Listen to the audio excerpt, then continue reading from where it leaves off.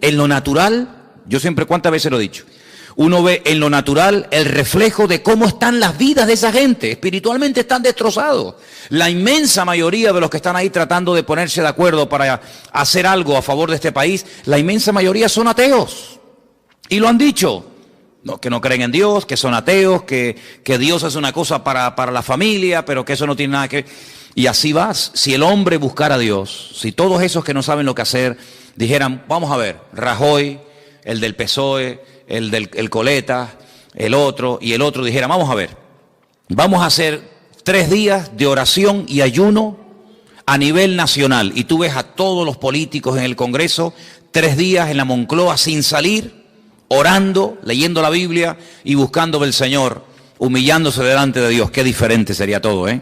Madre mía, cuántas bendiciones y cosas hermosas podrían salir de un encuentro así, pero no lo van a hacer, no lo van a hacer, ¿verdad?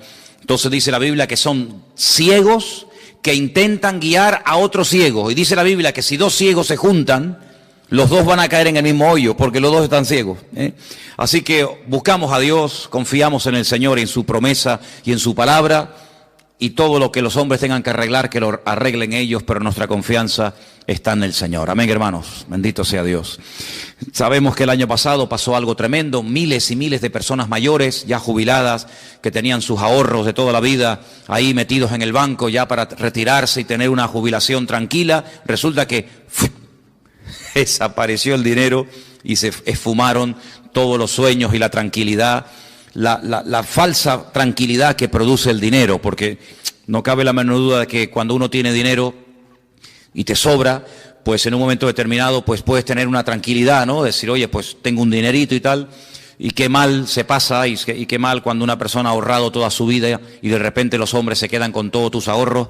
Pero ahí hay una lección de que donde tenemos que hacernos tesoros es en el reino de Dios, porque los tesoros de la tierra se fuman, los tesoros de la tierra se volatilizan, son como neblina, hoy los tienes y mañana no los tienes. ¿Cuántas personas en este país hace 3, 4, 5 años atrás tenían trabajo, coches, casas, viajaban, compraban y no sé qué, y hoy en día están arruinados? No es que no tengan dinero, es que están arruinados con a veces hasta miles y millones de euros de deuda. Y uno dice, al final resulta que los que tenían tanto están peor que los que toda la vida hemos dependido el día a día del Señor. Porque yo he hablado con gente que ha tenido mucho dinero y están deprimidos, amargados, escondidos, en fin, lo han perdido todo. Y cuando uno ha estado arriba y de repente te lo quitan todo, no sabe adaptarse después a una vida, digamos, a una vida normal. En estos días estaba leyendo un libro, o uno de los libros que estoy leyendo, y en uno de ellos decía que en los tiempos de la Biblia, ya lo dije una vez, en los tiempos de la Biblia se vivía el día a día. Eso ya hoy en día prácticamente no existe. En algunos países sí, pero aquí, por ejemplo, la gente quiere tener, digamos, el mes arregladito, ¿no? Tengo para pagar el mes de la hipoteca o el mes del alquiler, ya están tranquilos. Y tengo el mes solucionado. Y en la Biblia no se vivía así. En la Biblia se vivía el día a día. Basta a cada día su propio afán, su propio mal. Y el pan nuestro de cada día. Danos. Así se vivía en el tiempo de la Biblia. Entonces, si nosotros dependemos día a día del Señor, no vamos a estar agobiados, porque mira, se dice, es que faltan todavía 20 días para terminar el mes. Pero no lo mires así, vive el día a día y el Señor te va a sorprender y te va a proveer el alimento, la comida, lo que sea necesario para el día a día. Y también leía en ese libro algo que me llamó mucho la atención. Yo no digo que tengamos que volver a eso, pero dicen que en los tiempos de la Biblia la gente comía 2 veces al día. Y yo digo, qué curioso, ¿no? Yo creo que todos comemos de más. Es decir, si nosotros ahora mismo nos quedáramos 15 días sin comer, seguro que nadie se moría. Hombre, fatiga tendríamos todo, a ver si me entiendes. Pero seguro que con todos los michelines y con toda la grasa y con todo lo que llevamos dentro, pues en la Biblia se comía 2 veces al día y estaban contentos. Sin embargo, hoy en día, mínimo, 3, y como tengas chicos jóvenes, pues 4 o 5, ¿eh? Y como estés aburrido en casa, venga, y hay gente que cuando están ansiosos y están nerviosos les da por comer. ¿Qué te parece, amigo? Y a otros les da por comprar, y a otros les da por cualquier otra cosa. Qué diferente es la vida de un cristiano. Amén, hermanos. qué diferente tiene que ser nuestra vida en medio de todo este caos y en medio de todo este lío. En fin, hermanos, hoy comencé a leer otra vez el precioso y maravilloso libro del Apocalipsis. Quiero llevarles a él. Está en el último libro de la Biblia. La palabra Apocalipsis es una palabra griega, no es una palabra española, aunque se emplea para películas y para títulos de novelas de Hollywood y todo esto. Pero la palabra Apocalipsis es una palabra griega que significa revelación, algo oculto que se da a conocer. En los tiempos de la Biblia, revelación era algo que no se podía ver, pero que había un momento en el que Dios permitía que se pudiera ver o entender pues lo que estaba oculto a los ojos naturales. Por ejemplo, cuando se cogían los rollos, no eran libros, sino eran pergaminos, eran rollos, y cuando se abrían los rollos, ese acto de desenrollar el rollo, el pergamino para leerlo, a ese acto se le llamaba revelar. Porque era algo que estaba oculto, no era como hoy en día. Yo veo que muchos de ustedes, y espero que todos, tengan su Biblia particular. Entonces lo que yo voy a leer hoy, usted en su casa lo puede leer cuando quiera, porque hoy en día todos tenemos Biblia.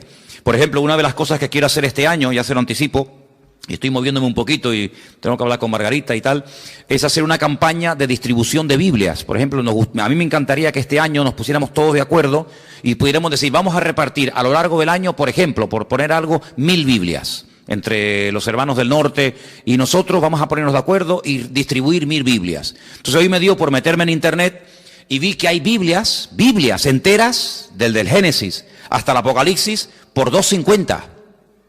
Y tú dices, pero ¿cómo puede ser tan barato una Biblia? Vamos a ver, no es una Biblia de cuero, una Biblia de estas preciosas, sino es una Biblia normal, sencillita, pero tiene lo mismo que una Biblia de esas grandotas. $2.50. Y tú te vas, por ejemplo, a un bar y te tomas un cortado y te cobran ¿cuánto? A veces, en algunos sitios me han cobrado ahí €1. Que yo digo, madre mía, €1, un cortado y una cosita así. Pues una Biblia que te cambia la vida, una Biblia que es la palabra de Dios. El apóstol Juan dijo, yo no he escrito, él dice en su evangelio, yo no he escrito todo lo que le vi hacer al Señor.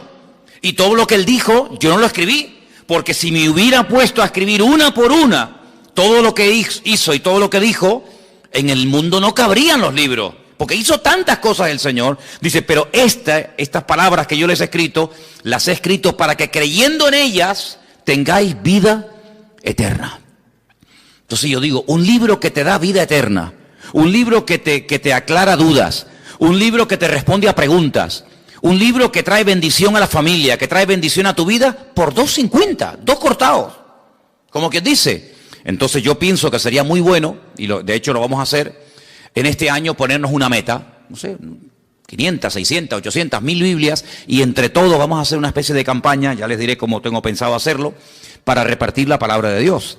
Porque hoy en día cualquier persona en su casa puede tener Biblia. Bueno, si ustedes van a mi habitación, pues yo no sé cuántas Biblias puedo tener, pues yo calculo mínimo 15 o 20 Biblias tengo que tener, como mínimo. Aparte Nuevos Testamentos y a lo mejor, ¿verdad?, en diferentes idiomas y tal. Pero en aquellos tiempos no. En aquellos tiempos no existía la imprenta. En aquellos tiempos había que ir al templo o había que ir a la sinagoga para escuchar que alguien te leyera la Biblia, pero nadie tenía la Biblia en su casa. Esto de poder tener toda la palabra de Dios, todo lo que el Señor reveló a lo largo de la historia en la mano, esto es un milagro. Esto es una maravilla, esto es una joya. Tú tienes uno de los libros más antiguos del mundo. Tú tienes aquí palabras que Dios le dijo a Moisés hace 3500 años. Es una auténtica joya. Y este libro del Apocalipsis, gracias al Señor que lo tenemos, es un libro escrito por uno de los hombres que más conoció al Señor. ¿Quién lo escribió? Lo escribió Juan. ¿Pero Juan el Bautista o Juan cuál? Juan, el discípulo Juan. Pues Juan fue un hombre que vivió aproximadamente, vamos a redondear los números, aproximadamente 100 años. Hace unos días murió en Israel el hombre más longevo del mundo, 112 años. Le quedaron muy poquitos días para cumplir 113. Era un superviviente de uno de los campos de concentración de la Segunda Guerra Mundial. 112 años. Hoy en día no es normal que una persona viva tanto. Y tampoco ni siquiera en los tiempos de Cristo. Pero Juan se cree que aproximadamente murió con 100 años. Para poner números redondos. Si Cristo murió cuando tenía y ascendió a la gloria, cuando tenía 33 años, y él estuvo 3 años con el Señor, vamos a poner un ejemplo, no lo podemos decir así totalmente, pero para entendernos, que Juan tuviera aproximadamente 30 años. Cuando el Señor lo llamó como su discípulo, Cristo tenía 30 años cuando comenzó el ministerio, pongamos que Juan tuviera 30 años. Si murió con 100 años, ¿cuántos años estuvo Juan predicando el Evangelio? 70 años. 70 años sirviendo al Señor. ¿Qué te parece? Toda una vida. Cuando él escribe el Evangelio, es un evangelio muy profundo. Yo no sé si ustedes se acuerdan, yo estuve dando unas clases, unas lecciones sobre el Evangelio de Juan, y hay cosas que Juan dice que no las dice nadie.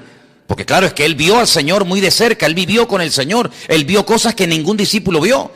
Y cuando uno lee el Evangelio según San Juan, que repito que es muy profundo, da la sensación de que ya no hay nada más que decir del Señor.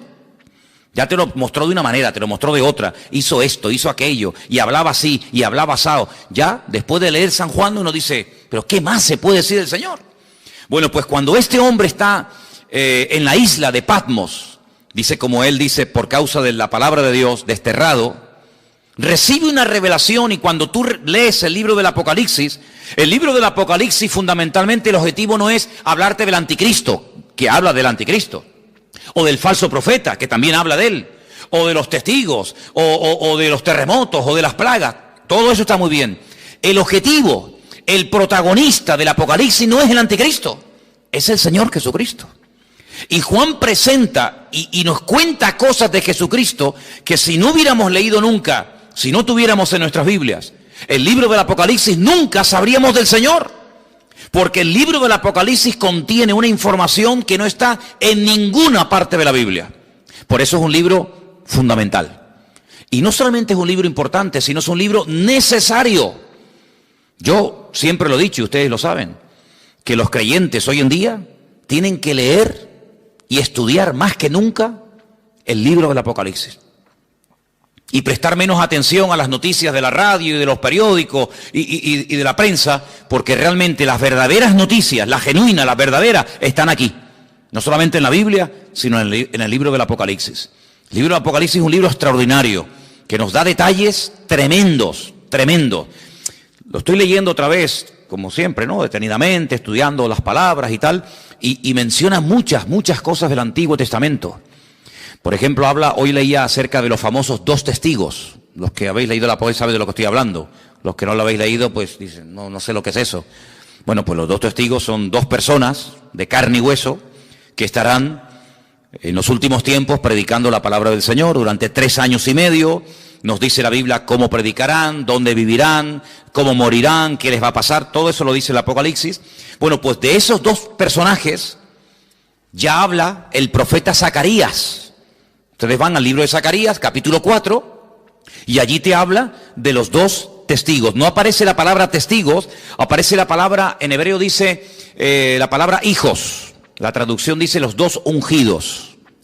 Y habla acerca del aceite de oliva. Sabéis que el aceite de oliva se utilizaba mucho en los tiempos de la Biblia, no solamente para cocinar, no solamente para sanar heridas, era un bálsamo, sino que también se utilizaba un aceite especial, no cualquier aceite, un aceite especial que se hacía para derramarlo sobre la cabeza de los reyes o de los profetas o de otros personajes cuando se les quería públicamente presentar como un juez, como un rey, como una persona importante, y se le llamaba ungido. La palabra ungido, Mashiach, ¿qué es? Ungido.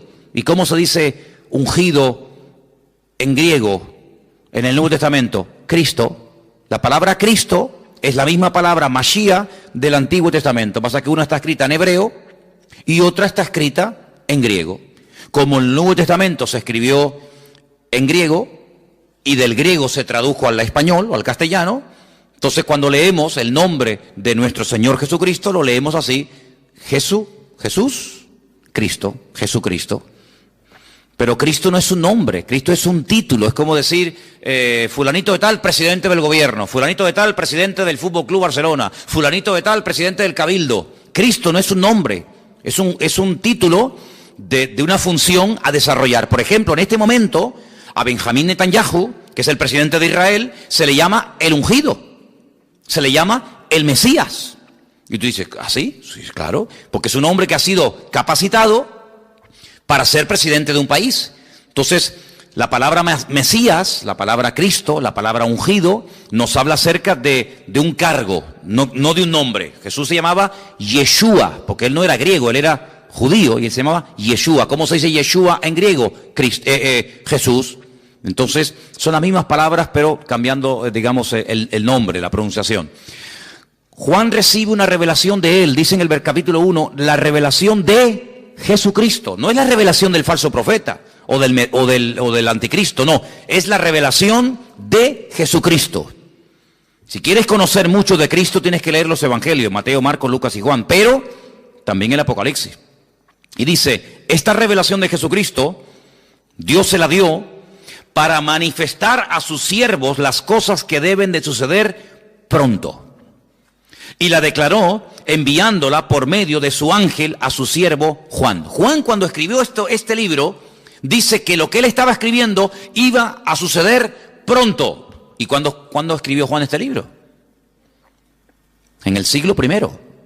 Y en el siglo I, cuando él está escribiendo, dice, lo que yo estoy escribiendo ahora, prepárense que esto se va a producir pronto. Pues si eso lo dijo en el siglo I, ahora en el siglo XXI, estamos más cerca que nunca de los acontecimientos finales, ¿sí o no? Es interesante, ¿verdad? Dice que ha dado testimonio de la palabra de Dios y del testimonio de Jesucristo y de todas las cosas que ha visto. Y ahora fíjate, es uno de los pocos libros, o prácticamente el único libro de la Biblia, que contiene una bienaventuranza para el que lo lee. La Biblia no dice, bienaventurado el que lee el libro del Génesis. Es una bendición leer el Génesis, ¿verdad? O bienaventurado el que lee el libro de Romanos. No, pero el Apocalipsis sí. Dice, bienaventurado el que lee. Los que oyen las palabras de esta profecía y guardan las cosas que en ellas están escritas, porque el tiempo está cerca. Es decir, que por leer el libro usted ya es bienaventurado. Por escuchar, por oír las palabras de este libro, usted ya es bienaventurado. Y si encima de leerlo, y si encima de oírlo, además usted lo cumple y lo guarda, triplemente bienaventurado. ¿Qué significa la palabra bienaventurado? Viene de una palabra hebrea que significa, es ashrei, que significa rico. La palabra rico está entroncada con la palabra bienaventurado. Un bienaventurado, espiritualmente hablando, según el concepto bíblico, es una persona rica, espiritualmente hablando. La riqueza bíblica espiritual no tiene nada que ver con la riqueza material, ¿vale?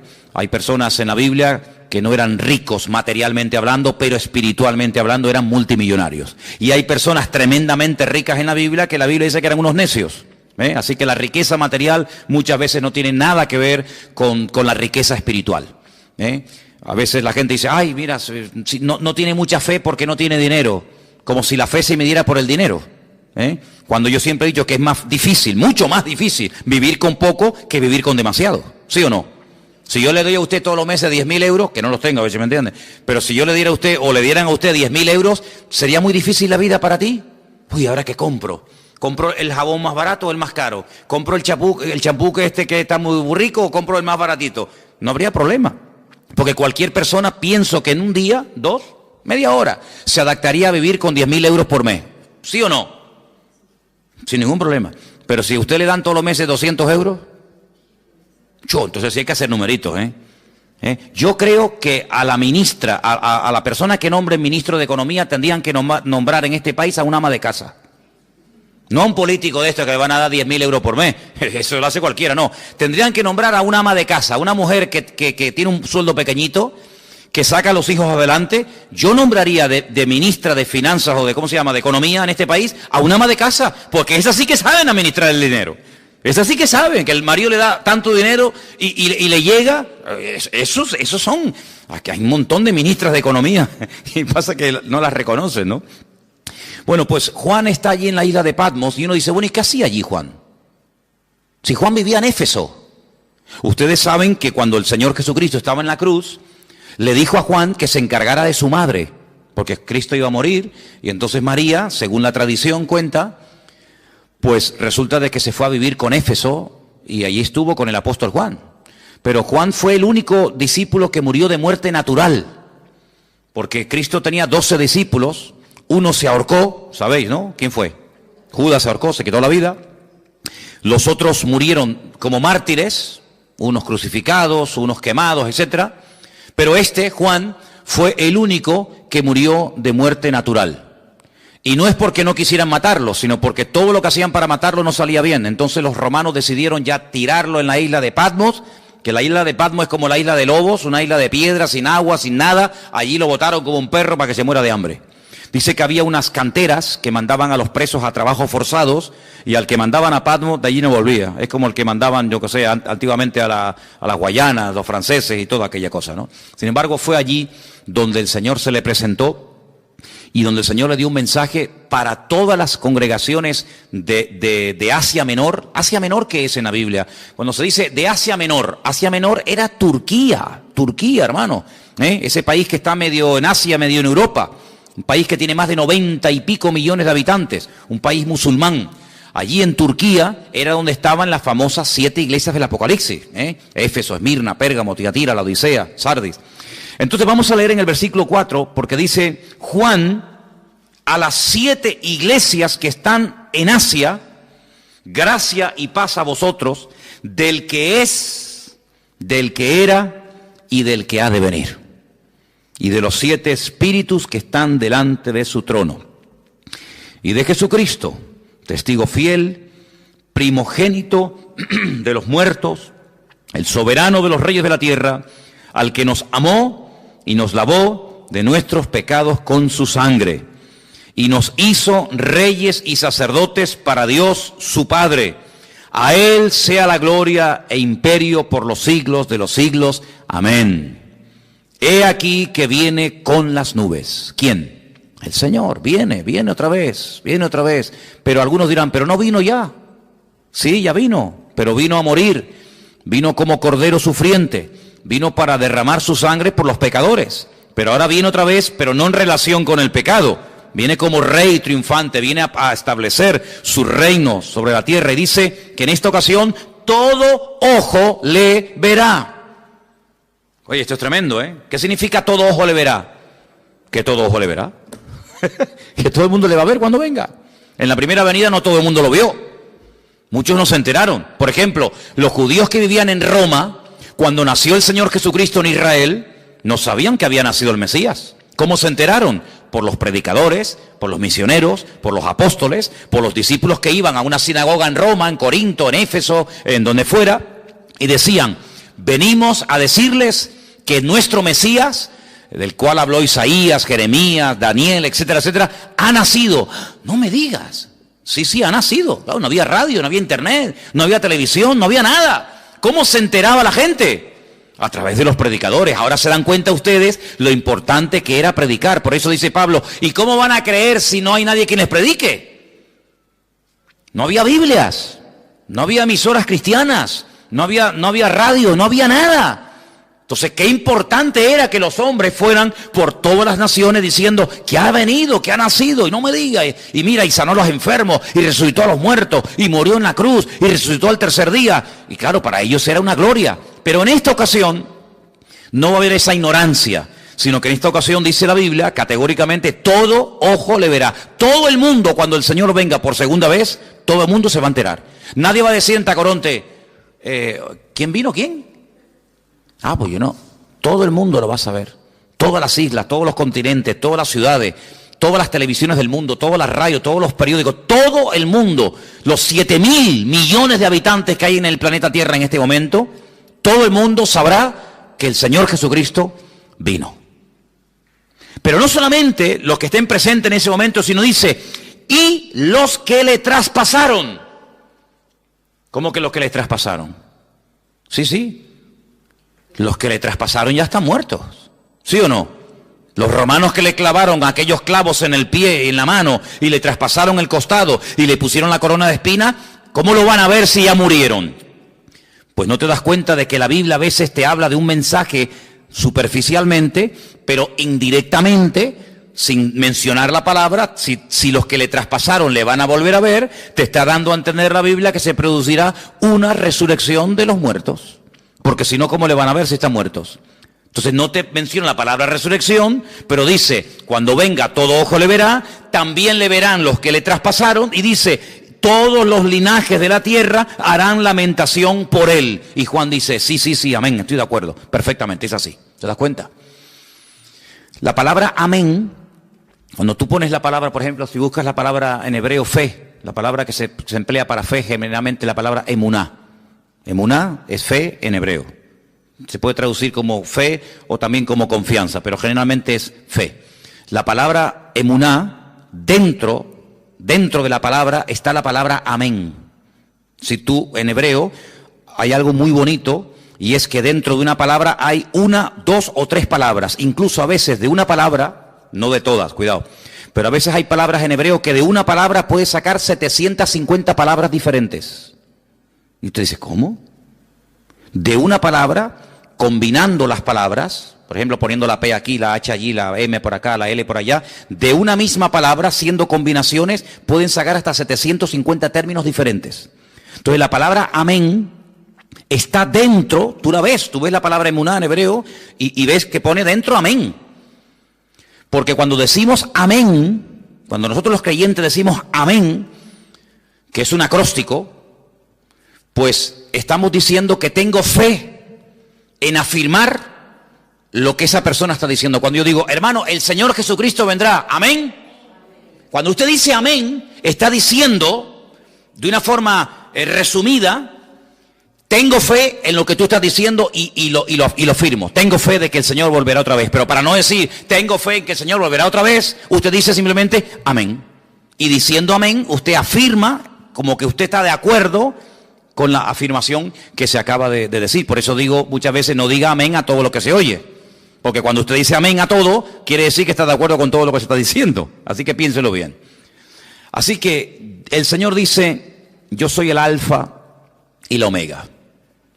Yo me imagino que todos lo sabrán, pero cuando leía esta mañana el Apocalipsis en la versión hebrea, no dice evidentemente el alfa y la omega, porque el alfa y la omega es la primera y la última letra del alfabeto griego, ¿vale?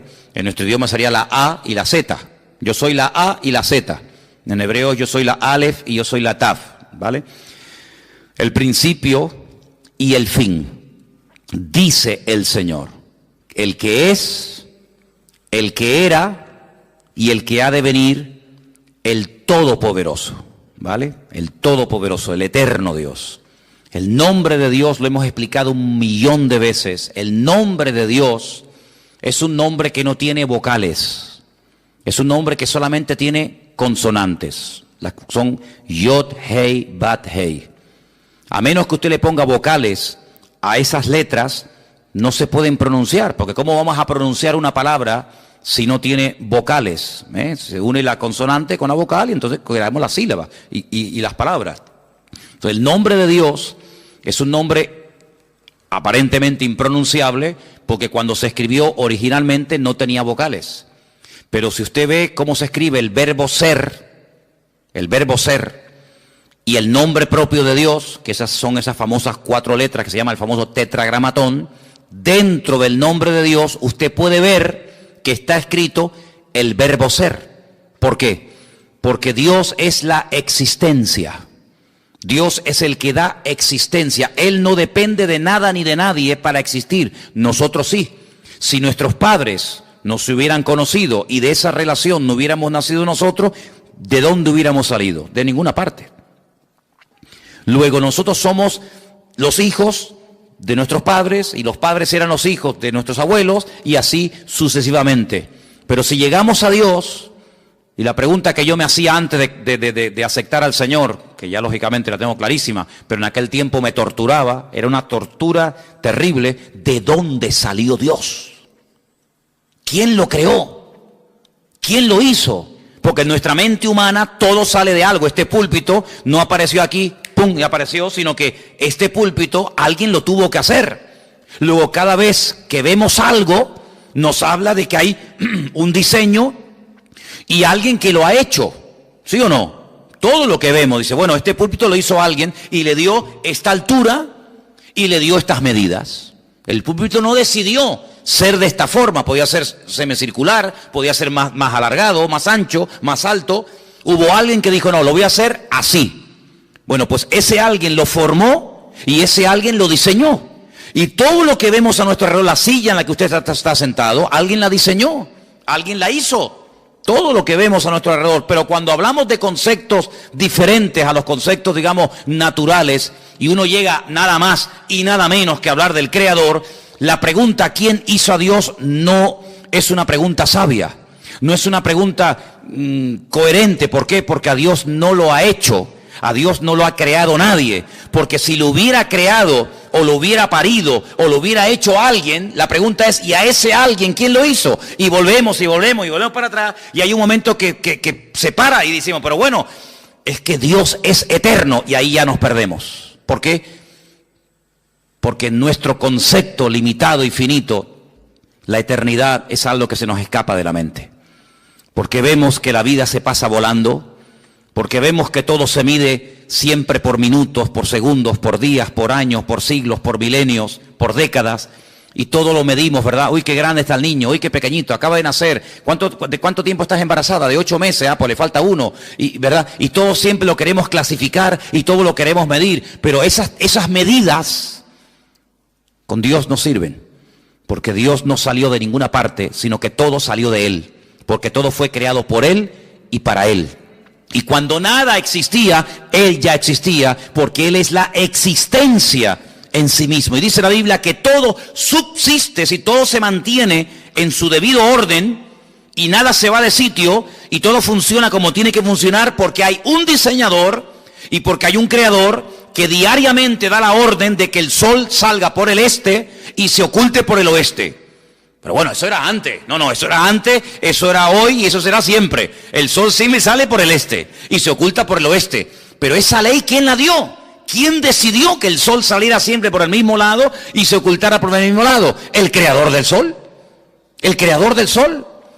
¿Y quién es el que hace que la Tierra siempre gire en la misma dirección? Y que no diga un día, oye, voy a girar ahora en otra dirección. Todos los planetas giran en las direcciones de las agujas del reloj menos uno. Todos los planetas giran así. Pero hay uno que Dios dice, no, tú al revés, y gira al revés. ¿Quién decide eso? ¿Quién hace que hay unas flores que sean rojas, otras amarillas? ¿Quién hace todo eso? El que las diseñó, el que las creó. No es así por casualidad, sino que hay un diseñador y hay un creador, y ese Dios es la existencia misma, y por eso en su nombre propio, pues lleva la existencia, el verbo ser. Ahora ese nombre, cuando leemos, por ejemplo, algunas Biblias sale la palabra Jehová. En otras Biblias sale la palabra Adonai, o Señor. En otras Biblias aparece la palabra Yahvé, ¿no? Muy bien, todo eso está muy bien. Pero el verdadero nombre propio de Dios no tiene vocales, pero se le tuvo que poner vocales para poder pronunciarlo, ¿os dais cuenta? Y ahora, ese Dios creador, ese Dios diseñador, que es uno, Dios es uno, dice la Biblia, ese Dios amó tanto al mundo que dice que salió de él su Hijo unigénito, que al mismo tiempo su Hijo es el mismo. Y uno dice, pero ¿cómo puede haber? Porque si salió el Hijo del Padre, está el Hijo y está el Padre. Pero vamos a ver, ustedes no sois, ¿cuántos sois padres aquí? Muy bien, o madres. Bien.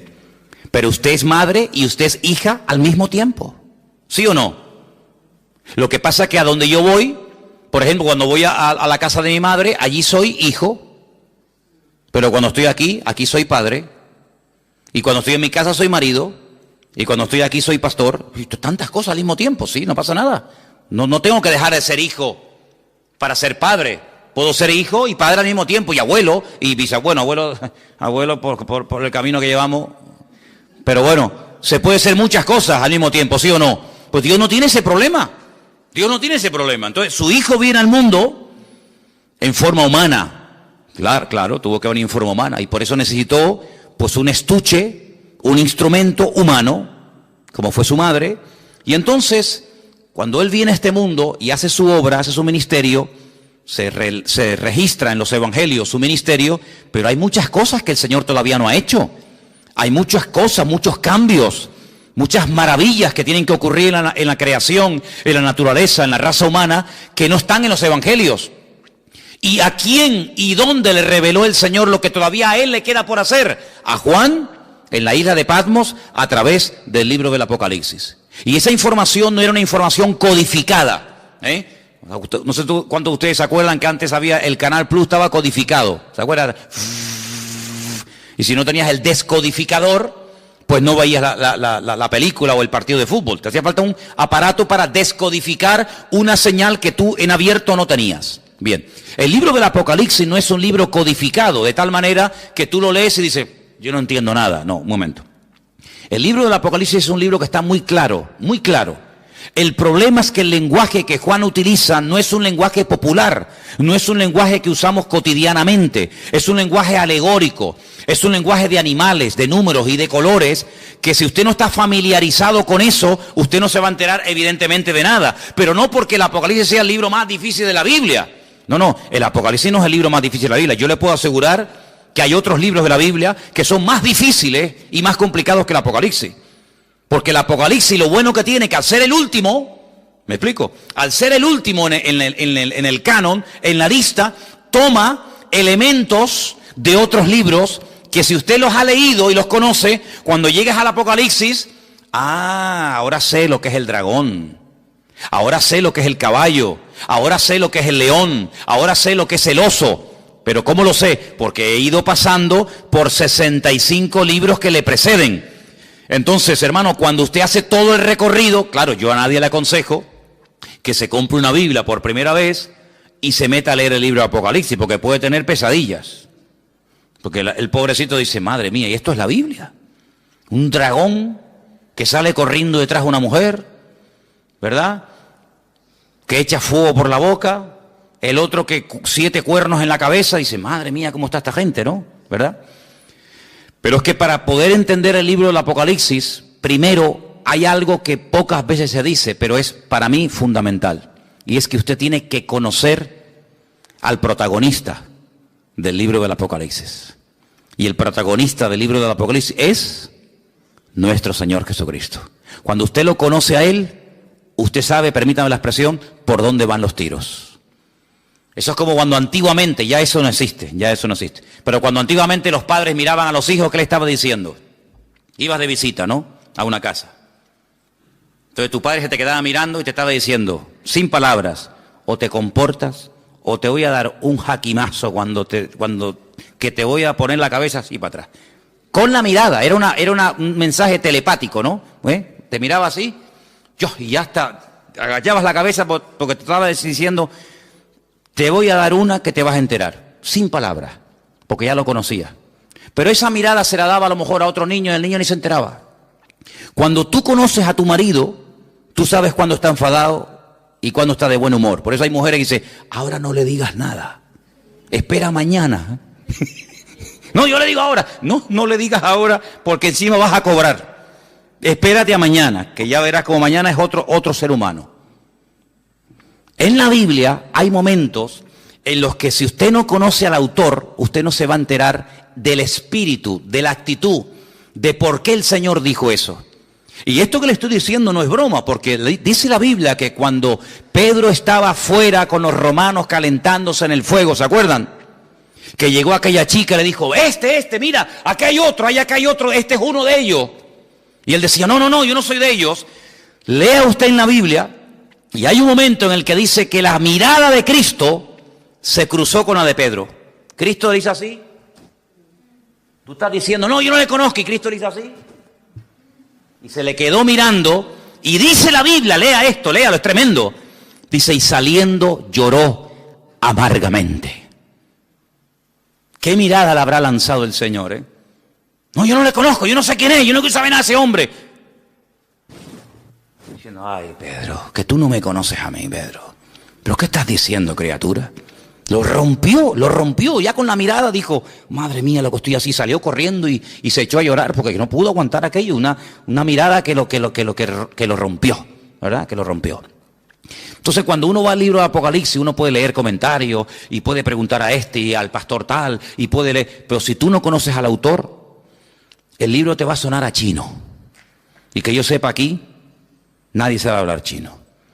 Pero cuando tú conoces al autor, tú captas y lo ves al Señor por todas partes. Porque te vuelvo a repetir, el objetivo del Apocalipsis no es levantar y el protagonista, el anticristo, el falso. No. El protagonista del libro del Apocalipsis es el Señor Jesucristo. Y todo lo que pasa, todo lo que ocurre, las tragedias, los terremotos, las catástrofes, las guerras y esto y aquello, todo siempre apunta a un objetivo, y es que el hombre reconozca que el Señor Jesucristo viene pronto. Te habla de una manera, te habla de otra forma, te habla por aquí, te habla por allá, para que el hombre entre en razón y para que el hombre entienda que no puede hacer con su vida lo que le da la gana, para que el hombre entienda que no es dueño de sus actos. Cuando nosotros creemos que somos dueños de nuestros actos, nos estamos proclamando como si fuéramos dioses. Yo hago lo que me da la gana. A mí nadie me tiene que decir nada. Es como si tú fueras Dios, porque a Dios nadie le tiene que decir nada. Pero cuando tú actúas así, estás actuando como si tú fueras Dios. A mí nadie me tiene que decir nada. Pero ¿cómo que nadie nos tiene que decir nada? Claro que nos tienen que decir muchas cosas. Entonces, en el libro del Apocalipsis, Juan, a un viejito de 100 años, que lleva 70 años predicando el Evangelio, le dice: Juan, escribe, ponte a escribir lo que vas a ver, lo que ya has visto y lo que te voy a contar. Y entonces él empieza a escribir y a escribir y a escribir cosas tremendas. Pero fíjate lo que dice, por ejemplo, en el versículo 10. Cuando el Señor le dice a Juan que escriba, hay una cosa muy importante que tenemos que tener en cuenta, y es cómo estaba, con qué actitud estaba Juan. Dice el versículo 10, yo estaba en el Espíritu en el día del Señor, y oí detrás de mí una gran voz, como de trompeta. Juan no estaba despistado, Juan no estaba quejándose, Juan no estaba con una mala actitud, sino Juan dice que estaba en el Espíritu. Y eso es muy importante. ¿Cuántas veces me habéis oído a mí decir que la actitud marca la diferencia? ¿Sí o no? Es muy importante. Estar centrado, estar pendiente. No, mira, ahora no me hables, que ahora estoy pendiente de la palabra. No, ahora no quiero saber nada. El móvil, ¿para qué quiero yo un móvil ahora? No me hace falta el móvil para nada. Ahora me está hablando el Señor, estoy con su palabra. Él estaba en el Espíritu. ¿Tenía motivos para quejarse? Hombre, humanamente hablando, sí. 100 años aquí botado como un perro, sin agua, sin comida, sin hermanos, sin iglesia, sin amigos, sin nada. Y mira cómo me has tratado, y mira no sé qué, y te he servido para qué. No le dio lugar a eso. Él estaba en el Espíritu. Si el Señor ha permitido que yo esté en la isla de Patmos, no es un castigo, es una bendición, porque al fin y al cabo vemos que no fue un castigo, sino que fue un tiempo maravilloso, porque para poder escribir todo esto, hermano, y para poder ver todas estas visiones, uno no podía estar viviendo en una gran ciudad con ruidos, con coches, con no sé qué, con no sé cuánto, sino uno tenía que estar en un sitio tranquilo, sin que nadie te moleste. ¿Y qué mejor sitio? ¿Qué mejor sitio que la isla de Patmos? Donde tienes tiempo para pensar, para orar, para meditar, y aquí sin que nadie te moleste, aquí te voy a dar la revelación más grande que jamás ningún ser humano ha tenido en esta vida. Luego vemos que el famoso refrán, que no hay mal que por bien no venga, se cumple perfectamente en la vida de Juan. Hace muchos años yo leí un libro de un pastor que tuvo un accidente y se le partió una pierna y estuvo un buen tiempo en cama, escayolado, sin poder moverse, y los primeros días de ese accidente él comenzó a quejarse: Señor, ¿y por qué? Tenía que predicar en esta iglesia, me habían invitado a viajar a no sé qué sitio, me habían invitado a no sé qué, y ahora no puedo tal, y empezó a quejarse hasta que pasaron los días y le dijo: Señor, si tú has permitido que yo esté aquí parado sin hacer nada, ¿qué propósito tienes tú, Señor? Y ese hombre escribió un libro con su testimonio, con sus experiencias, y cuenta él que fue un libro que bendijo a muchísimas personas. Un libro que fue de muchísima bendición, sus testimonios, las experiencias que había tenido con el Señor, las pruebas por las cuales había pasado y lo que había aprendido en el Señor. Y dice: yo conseguí más bendición y logré bendecir más a la gente con aquel libro que con 1000 predicaciones, viaja por aquí, viaja por allá, entra aquí, entra para allá. Y él entendió que el Señor lo paró, ¿sabes? Él entendió que el Señor permitió aquel accidente para que durante un tiempito tranquilo pudiera escribir un libro que después sería de tremenda bendición para muchísima gente que lo leyó. Entonces hay momentos en la vida que nos puede pasar algo que decimos: ¿y por qué? ¿Y por qué, Señor? ¿Y por qué tal? ¿Y por qué esto? ¿Y por qué el marido? ¿Y por qué el niño? ¿Y por qué no me dieron el trabajo que me habían prometido? ¿Y por qué no sé qué? ¿Por qué? ¿Y por qué? ¿Y por qué? Y hace muchos años, yo era recién convertido, vino a Las Palmas a predicar una señora que dice ella, en aquellos años, que era la capellana de una de las cárceles más peligrosas de los Estados Unidos, la cárcel de Sing Sing. Y esta mujer empezó a predicar y yo te puedo asegurar que no todo, pero por lo menos la mitad del mensaje me lo aprendí de memoria. Y todavía lo tengo aquí. Y ella empezó diciendo, hay una pregunta que si nosotros nos la hacemos podemos volvernos locos. Y es una pregunta, y la pregunta es ¿por qué? Y sobre esa pregunta ella basó su mensaje. Y a mí se me quedó tan grabado aquello, y ella hablaba acerca de lo peligroso que es cuando nos pasa algo en la vida, entrar a pelearnos con Dios, y por qué no sé qué, y por qué no sé cuándo, y por qué. Yo creo que nosotros ahora que hemos ya comenzado un poquito a levantar vuelo y a entender y a conocer un poquito más al Señor, vamos a cambiar la pregunta. Vamos a dejar el por qué. ¿Por qué? Dios lo sabe. Vamos a preguntarle otra pregunta al Señor. Vamos a hacerle esta pregunta. ¿Para qué? El por qué no me interesa. Porque si yo soy cristiano, mi vida está en las manos del Señor, y el Señor ha permitido esta situación, Él sabrá por qué la ha permitido. Los que amamos a Dios, ¿qué dice? Todo ayuda para bien. Luego, el por qué no me interesa. Mi Dios sabe lo que hace conmigo, pero ¿para qué has permitido esta situación? Entonces, cuando comenzamos a indagar y a orar y diligentemente le preguntamos ¿para qué? El Señor nos va a dar muchas respuestas. ¿Para qué me has traído a Patmos? ¿Para morirme de hambre? No te vas a morir. Porque ¿quién te trajo a Patmos? ¿Los romanos o lo permití yo? ¿No se acuerdan ustedes un día en la cárcel en Israel que estaba Pablo? Y dice la Biblia que el Señor se le presentó y le dijo, Pablo, escucha bien, tú has dado testimonio de mí aquí en este país.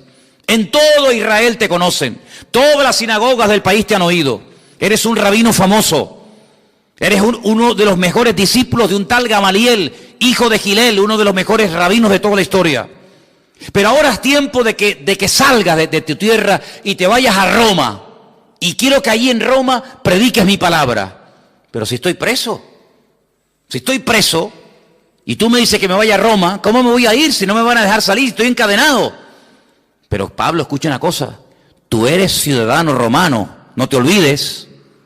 ¿Y? Mañana cuando te saquen y te hagan el juicio, cuando te vayan a interrogar, tú vas a decir que tú como ciudadano romano, tú tienes el derecho que no todo el mundo tiene de apelar al César. Es decir, yo quiero que me juzgue, que mi juez sea el mismísimo César.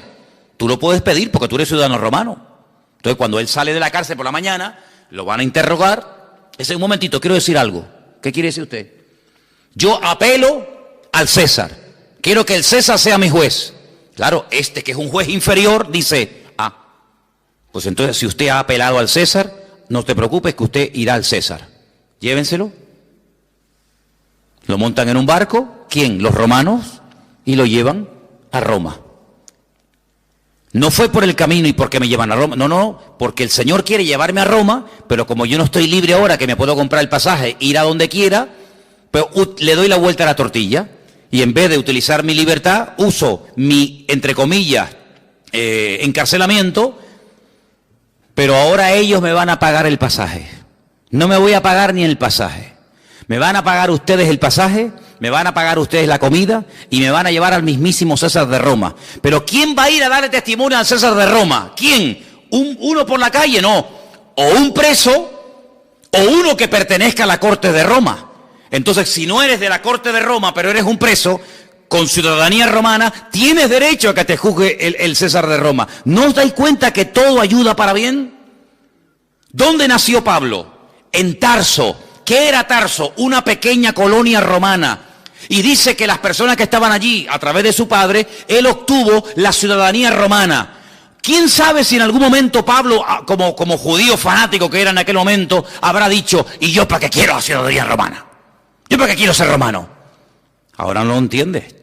Estos asquerosos romanos, este imperialismo que ha venido aquí a dominar nuestra tierra. Sí, pero estos, el día de mañana van a ser el instrumento que Dios va a utilizar para llevarte nada más y nada menos que a Roma, al hombre más poderoso de la tierra.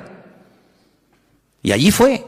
Entonces no nos damos cuenta de que la vida es como un gran puzzle, como un gran rompecabezas, donde tú miras para atrás y dices, ahora entiendo aquello y esto y lo otro, y por qué se conoció este, y por qué pasó esto. Y entonces si tú te dejas llevar por el Señor, te vas a dar cuenta de que Juan lo llevaron los romanos, pero porque en el fondo el Señor quería que Juan estuviera en la isla de Patmos, y allí tranquilito, sin que nadie te moleste, vas a recibir la revelación más grande que jamás has recibido en tu vida. Pero escucha bien esto, hermano, porque vamos terminando, para no alargar demasiado.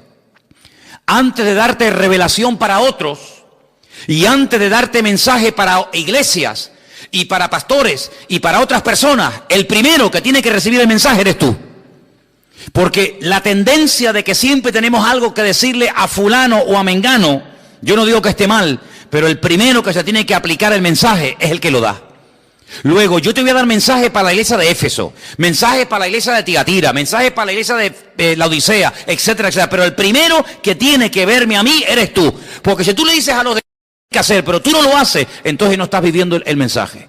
Y eso es algo que tenemos que tener muy claro en la vida. Primeramente, aplicarnos la palabra. Primeramente, conocer nosotros al Señor para después tener autoridad para decirle a otras personas que conozcan al Señor. ¿Qué Señor quieres que conozcas si ni siquiera tú lo conoces? Tengan fe en el Señor, pero tú estás viviendo con fe. Por eso, hermano, las experiencias que pasamos en la vida nos están capacitando. ¿Para qué? Para que después, cuando vayamos a otras personas que están pasando por el mismo o parecido problema que yo he pasado, podamos entenderlos. Por eso yo muchas veces digo, cuando alguien se hace la pregunta, ¿en qué forma tú me quieres utilizar? ¿Con qué tipo de gente tú me quieres utilizar? Analiza cómo ha sido tu vida. ¿Con qué tipo de gente tú te has movido generalmente? Por ejemplo, hay personas que se han movido toda la vida en el mundo del deporte. Pues ya está, más claro agua. Ese es el terreno en el que Dios a ti te va a utilizar, en un nivel donde este y este y este jamás van a entrar. No le van a hacer ni caso. Pero tú que eres un deportista, te vas a mover en un nivel donde todo el mundo te conoce, tú sabes lo que es una lesión, tú sabes lo que es un campeonato, tú sabes lo que es el sacrificio, ese va a ser tu campo de misión.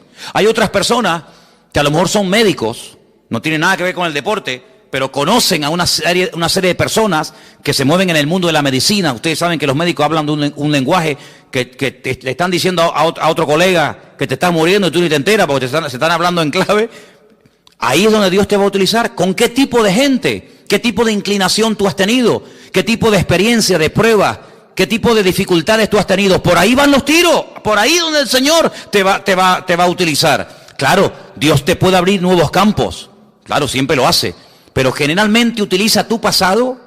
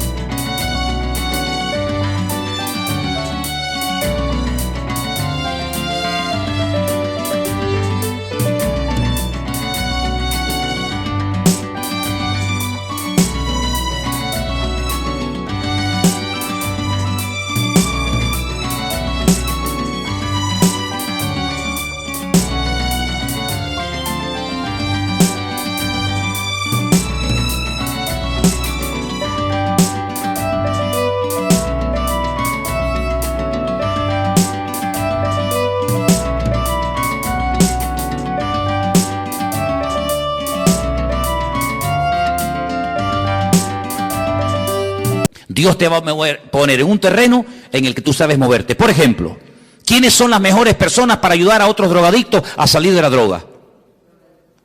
Un mismo drogadicto. Ustedes saben, los chicos que vienen los domingos a la iglesia. Dino.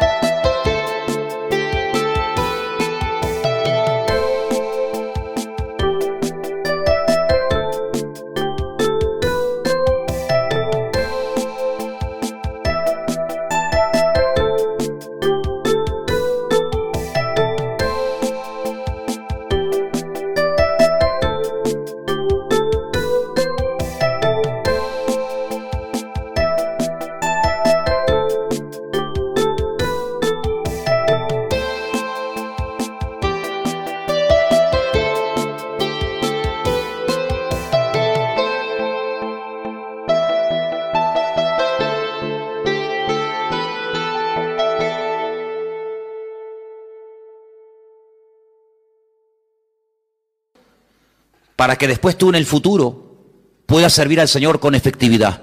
Porque Dios no te va a meter, a menos que te haga un milagro y una transformación, Dios no te va a meter en un terreno en el que tú no sabes moverte.